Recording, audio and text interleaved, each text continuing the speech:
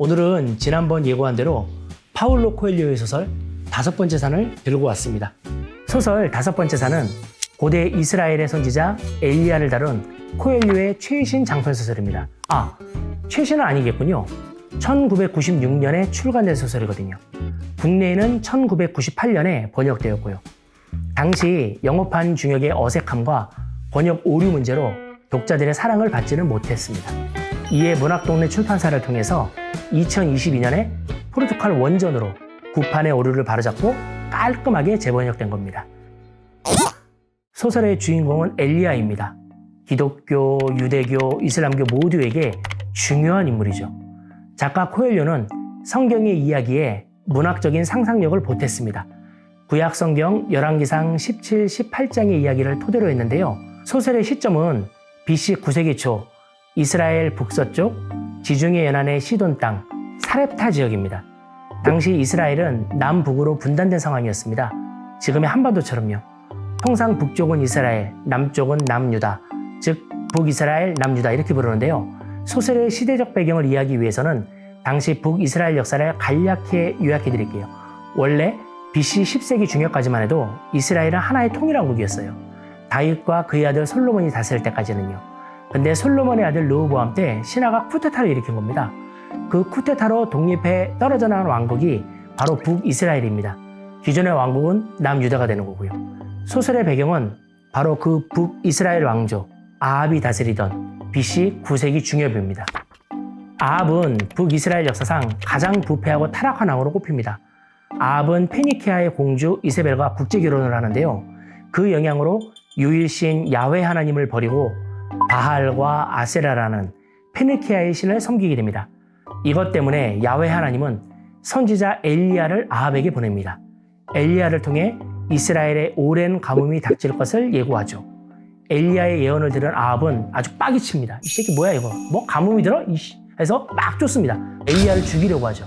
엘리야는 잽싸게 도망갑니다. 아합은 엘리야를 잡기 위해 수배령을 때립니다. 몸을 숨긴 엘리야는 긴 가뭄 기간 동안 크리시네가라는 곳에 머뭅니다. 그곳에서 까마귀가 건네주는 먹이를 먹으면서 하루하루 삶을 연명하게 되죠. 그러던 터에 엘리야에게 신의 음성이 들립니다. 신은 사렙타에 사는 과부의 집으로 갈 것을 명령합니다. 소설 5번째 산은 바로 그 사렙타에서 펼쳐지는 이야기입니다. 사렙타, 즉 사르밧 과부의 이야기는 굉장히 유명합니다. 사렙타에서 살고 있던 과부가 신이 보낸 선지자의 말씀에 순종해서 기근을 견디고 자기 아들을 죽음에서 살려내는 복받은 이야기입니다.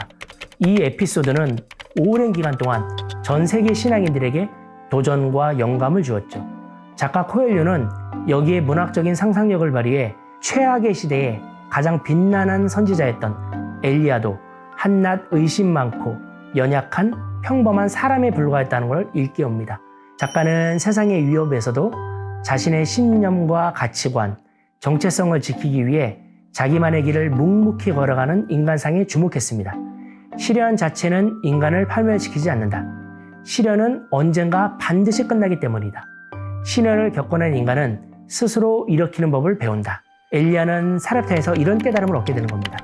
바로 이 대목에서 시련이나 아픔은 이겨내야 하는 게 아니라 살아내기 위해 견뎌야 한다는 작가의 메시지가 도출됩니다. 그리고 그때쯤 신이 보낸 천사가 나타납니다. 다시 이스라엘로 돌아갈 것을 명령하죠. 소설은 그 다음 펼쳐질 드라마, 즉 선지자로서 엘리야가 행했던 가장 유명하고 극적이고 강력한 사건, 엘리야가 850명의 이방신 숭배자들과 맞짱을 떠서 승리하는 기적의 스토리거든요. 즉 갈멜산 대첩, 그 직전에 이야기를 끝맺습니다.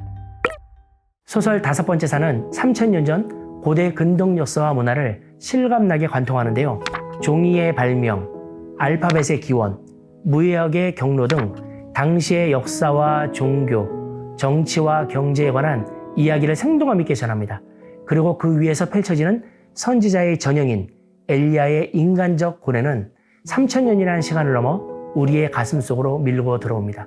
구약 성경의 이야기를 모티브로 했지만 종교와 무관하게 읽을 수 있는 소설입니다. 기독교인은 비록 픽션이지만 엘리야의 인간적인 면모를 엿보고 비기독교인은 고대 이스라엘 왕조의 흥미로운 한 테마로 재미있고 감동적으로 읽으실 수 있습니다. 이렇게 해서 파울로 코엘료의 장편소설 5번째 산을 소개했는데요. 코엘료를 좋아하시는 분들, 역사나 영웅담을 좋아하시는 분들은 흥미롭게 읽으실 수 있습니다. 추천합니다. 지금까지 다윗의 소리였습니다. 감사합니다.